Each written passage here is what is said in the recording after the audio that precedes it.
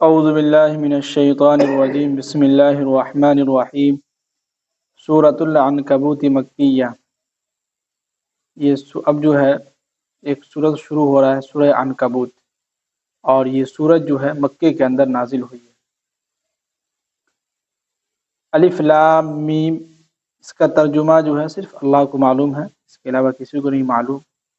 اب آگے کہہ رہے ہیں کہ احسب الناس ان یترکوا ان یقولوا آمنا وهم لا یفتنون۔ کہہ رہے ہیں کہ اللہ تعالیٰ کیا ان لوگوں نے گمان کر رکھا ہے، کیا یہ لوگ سوچ رکھا ہے کہ ہم انہیں جو ہے یوں ہی دنیا کے اندر چھوڑ دیں گے، کہ ان یقولوا، کہ وہ صرف اتنا کہے کہ آمنا، ہم ایمان لے آئے، اور وهم لا یفتنون، اور انہیں کوئی مصیبت یا ان کی کوئی آزمائش نہیں ہوگی۔ ایک چیز دیکھیے کہ ابھی ہم سمجھیے کہ عصر کے بعد مطالعہ کر رہے تھے کتاب کا، اس میں ایک بہت اچھی بات جو نظر آئی وہ یہ کہ قرآن نے وضو کے جو فرائض ہیں اس کو ایک مرتبہ بیان کیا ہے، غسل کے جو فرائض ہیں اس کو ایک مرتبہ بیان کیا ہے، کون سے جانور حلال ہے حرام ہے اس کا ایک ہی مرتبہ تذکرہ کیا ہے۔ لیکن جب قرآن ان سب چیزوں کے بارے میں بتلا رہا ہے، اعمال کے تعلق سے، آخرت کے تعلق سے، تو ہزاروں مرتبہ جو ہے قرآن نے بیان کیا کہ جو شخص بھی اچھا عمل کرے گا اس کو ہم کیا کریں گے، آخرت میں جو ہے جنت دیں گے۔ بار بار ریپیٹ کر رہا ہے۔ اس سے یہ سمجھ میں آتا ہے کہ جو مین جو چیز ہے جس کے بارے میں اللہ تعالی ہم سے پوچھیں گے وہ دو ہی چیز ہیں، ایک نماز، دوسرا بندوں کا حق۔ قرآن نے 3-4 جگہ پہ جو یتیموں کے مال کا جو ہے ناحق جو ہے کھانے سے منع کیا گیا ہے۔ قرآن نے جگہ جگہ پہ کہا کہ جس کا جو حق ہے اس کو دے دیجیے، آپ جو بھی اس کا جو وراثت میں حصہ ملتا ہے اس کو آپ دے دیجیے۔ لیکن قرآن نے جو اصول جو بیان کیا ہے، جو اسلام کا لا جو ہے، جو قانون ہے، اس کو ایک ہی مرتبہ بیان کیا ہے۔ نماز کے اندر اتنے فرائض ہیں، وضو کے اندر اتنے فرائض ہیں، غسل کے اندر اتنے فرائض ہیں، اتنے یہ جانور جو ہے آپ کو کھانا ہے، یہ حرام ہے یہ حلال ہے، صرف ایک مرتبہ بیان کیا۔ لیکن جب قرآن ان سب چیزوں کے بارے میں بتلا، آخرت کے تعلق سے اعمال کو کس طرح جو ہم کریں، ہم دن بھر جو اپنے اعمال کو کیسے درست رکھیں اور ہمارا دل کیسے صاف ہو، اس کے لیے قرآن نے ہزاروں مرتبہ، سمجھیے کہ کئی جگہ پہ قرآن نے اس کا تذکرہ کیا، بار بار۔ اسی کو قرآن نے 27ویں پارے میں کہا کہ وَذَكِّرْ فَإِنَّ الذِّكْرَ، کہ آپ لوگوں کے سامنے بار بار جو ہے نصیحت کی باتیں آخرت کے تعلق سے، قیامت کے تعلق سے بار بار کرتے رہیے۔ تو اسی میں ایک جو مفتی صاحب کتاب لکھے ہیں اس میں انہوں نے یہ بھی کہا کہ کچھ لوگ ایسے ہوتے ہیں جو بار بار آپ کو ٹارچر کرتے رہتے ہیں کہ جو ہے آپ جو ہے جیسے کہ جو ہے نماز میں ٹانگ کیوں اتنا پھیلا لیے، آپ جو ہے رفع دن کیوں نہیں کرتے ہیں، آپ نماز کے بعد دعا کیوں مانگتے ہیں۔ یہ ساری چیزیں اگر کوئی آپ کو ٹارچر کر رہا ہے بار بار تو سمجھیے کہ فساد مچا رہا ہے۔ کیا ہے؟ اس لیے کہ حدیث کے اندر رفع دن کے بارے میں 1 یا 2 حدیث ملتی ہے، رفع دن نہ کرنے والے بھی صحابہ ہیں، اس کے بارے میں حدیث بھی ہے 1 یا 2 ہے، دعا مانگنے کے بھی جو ہے اس میں حدیث ہے ہی نہیں ہے۔ لیکن یہ ساری چیزیں جو ہے 1-2 مرتبہ بیان کیا گیا، بار بار نہیں کہا کہ آپ کسی کو ٹارچر کیجیے، کسی کے پیچھے لگ جائیے۔ اگر اس طرح کے لوگ اس طرح کے کام کر رہے ہیں تو سمجھیے کہ ولا فسادہ، یہ لوگ کیا کر رہے ہیں، زمین میں فساد مچا رہے ہیں، اور اللہ تعالیٰ کو فساد مچانے والے جو ہے پسند نہیں۔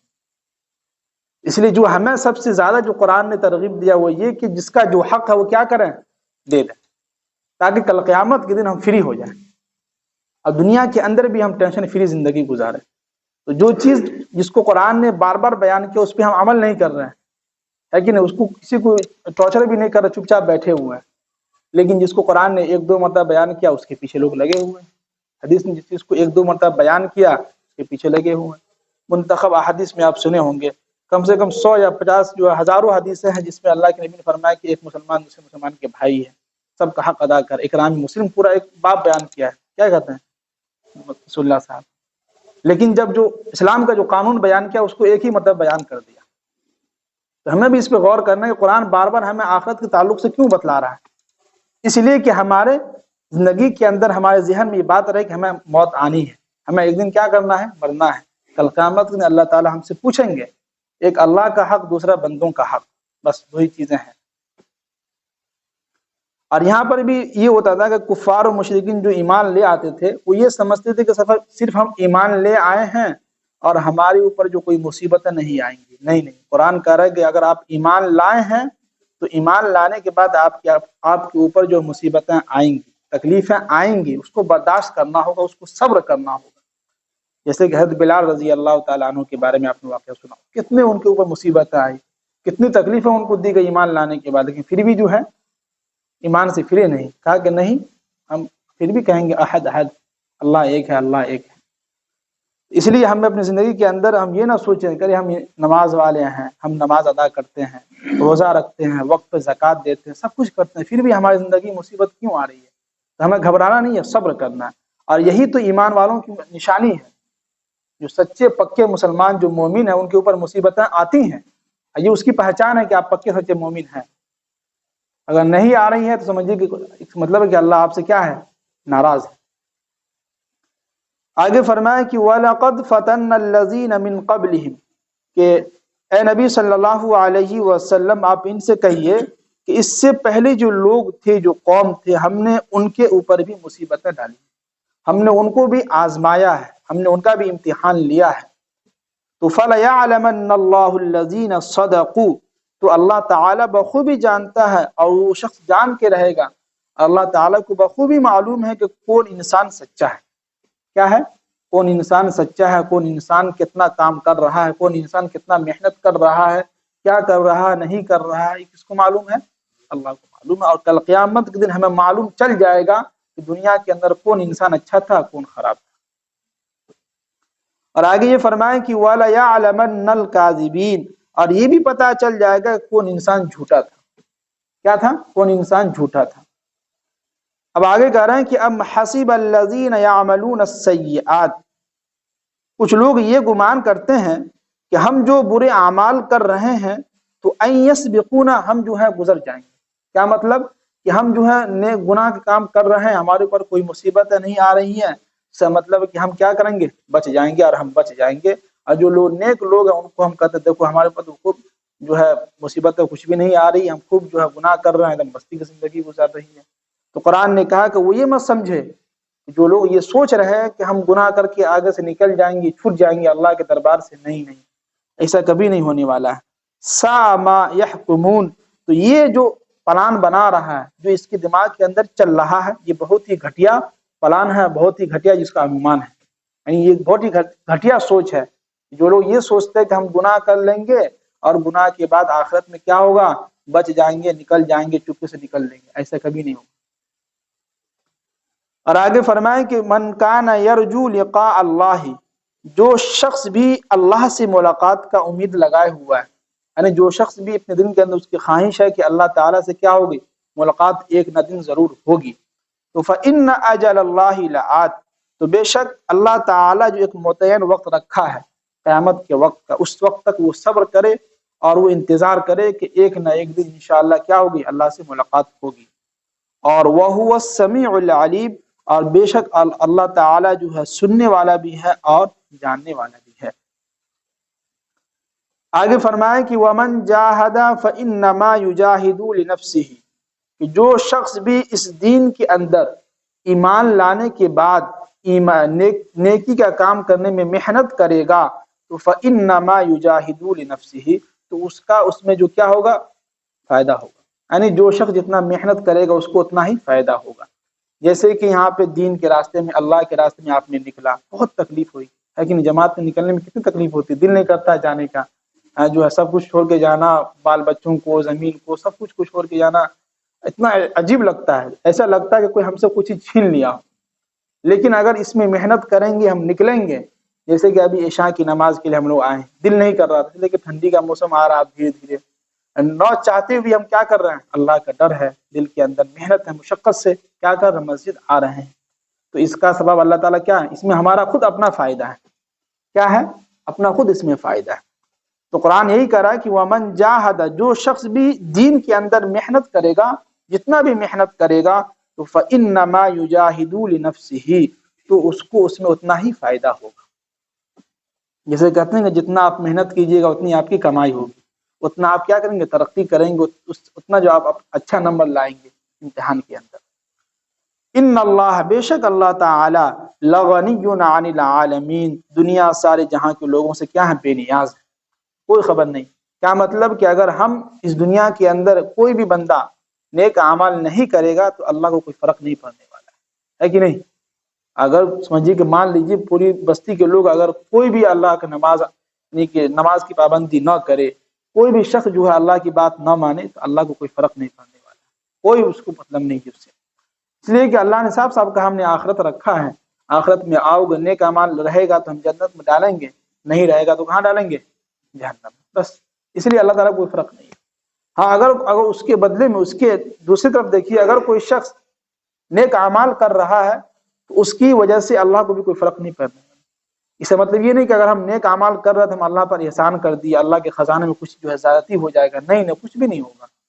آپ اگر کر رہے ہیں تو آپ کا اس میں اپنا کیا ہے؟ فائدہ ہے، نہیں کر رہے ہیں اس میں آپ کا نقصان اپنا ہے۔ آگے فرمائیں کہ والذین آمنوا جو لوگ ایمان لے آئے ہیں، وعاملوا الصالحات اور نیک اعمال کرتے رہے ہیں۔ جی بار بار وہی آ رہا ہے کہ ایمان کے بعد کیا کرنا ہوگا؟ نیک اعمال ضروری ہے، کرنا ہوگا لگاتار کنٹینیو۔ تو لنکفرن عنہم سیئاتہم، تو ہم کیا کریں گے کہ ان کی زندگی سے جتنے بھی گناہ ہے اس کو ہم جھاڑ دیں گے۔ سیئات یعنی لنکفرن کے معنی یہاں پہ ترجمہ کیا ہے تفسیر کے اندر کہ ہم اس کے گناہوں کو جھاڑ دیں گے۔ جیسے ہوتا ہے نا کسی چیز کو صفائی کرنا، اس کو ڈنڈے سے جھاڑنا، کتنے چیز صفائی ہو جاتی ہے نا، خوب زور زور سے مارتے ہیں۔ تو قرآن نے اسی کا استعمال کیا ہے کہ جو شخص بھی ایمان لائے گا، یعنی کہ جو لوگ کافر ہیں، وہ اگر ایمان لاتا ہے اور ایمان لانے کے بعد نیک اعمال کرتے رہے گا تو اللہ تعالیٰ کہہ رہے ہیں کہ ایمان لانے کے بعد اس کے پچھلے گناہ کیا کریں گے؟ اس کو ہم کیا کریں گے؟ معاف کر دیں گے، اس کے گناہوں کو جھاڑ دیں گے۔ اور وَلَنَجْزِيَنَّهُمْ أَحْسَنَ الَّذِي كَانُوا يَعْمَلُونَ، اور وہ شخص جو بھی اچھا عمل کرے گا تو اس کا بدلہ ہم کیا کریں گے؟ اس کو ہم دیں گے۔ اور الَّذِي كَانُوا يَعْمَلُونَ جو وہ اس دنیا کے اندر کرتے رہے ہیں، کر رہے ہیں، یعنی جو بھی ہم اعمال کر رہے ہیں اچھے اعمال، اس کا بدلہ کیا کریں گے اللہ تعالیٰ؟ آخرت میں کل قیامت کے دن دیں گے۔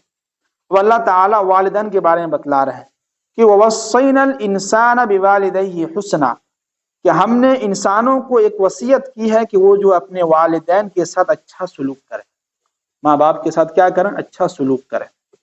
اور وَإِن جَاهَدَاكَ لِتُشْرِكَ بِي مَا لَيْسَ لَكَ بِهِ عِلْمٌ، اگر وہ آپ کے ماں باپ آپ کو جو ہے کفر کی طرف لوٹنے کے لیے کوئی ایسا کام کرنے کے لیے کہے جو آپ یعنی اللہ کے علاوہ کسی اور کی معبود کے لیے کہے، آپ کے ماں باپ دونوں میں سے کوئی بھی، تو آپ جو ہے فلا تطیعہما، ان کی فرما برداری نہیں کرتے۔ کیا مطلب؟ اس آیت کے نازل ہونے کا مقصد سمجھیے۔ حضرت سعد بن ابی وقاص ہیں جو جنتی میں سے جو 10 صحابی رسول ہیں، اس میں سے ایک یہ بھی ہیں حضرت سعد بن ابی وقاص۔ جب یہ ایمان لائے تو ان کی امی کو پتا چلا کہ ہمارا بیٹا جو ایمان لے آیا ہے۔ اب ان کی امی کہنے لگی بیٹا دیکھو ہم جو ہے بالکل اس وقت تک کھانا نہیں کھائیں گے جب تک تم ہمارے دین کی طرف لوٹ کے نہیں آؤ گے۔ اب سعد بن وقاص پریشان حال، اب یہ اللہ کے نبی کے پاس گئے کہ اللہ کے نبی دیکھیے میری امی جو ہے کہہ رہی ہیں کہ تم جو ہے اس وقت ہم جو ہے کھانا اس وقت نہیں کھائیں گے جب تک تم جو اپنی ہماری دین کی طرف لوٹ کے نہیں آؤ، یعنی محمد کے دین کو ٹھکرا دو ہمارے دین میں آ جاؤ۔ تو اللہ کے نبی خاموش ہو گئے، ان کو بھی معلوم نہیں تھا۔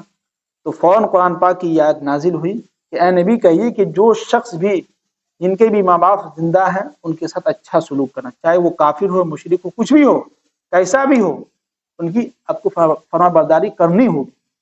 ہاں اگر آپ کے ماں باپ غلط کام کی طرف کہہ رہے ہیں کہ تم جو ہے ایمان کو ٹھکرا کے جو ہے مسلمان نہیں ہو، تم ہماری طرف آ جاؤ، ہندو بن جاؤ، کچھ بھی بن جاؤ، کوئی ایسا غلط کام کرنے کے لیے ماں باپ آپ سے کہیں تو آپ جو کیا کریں؟ فلا تطیعہما، انکار کر دیں۔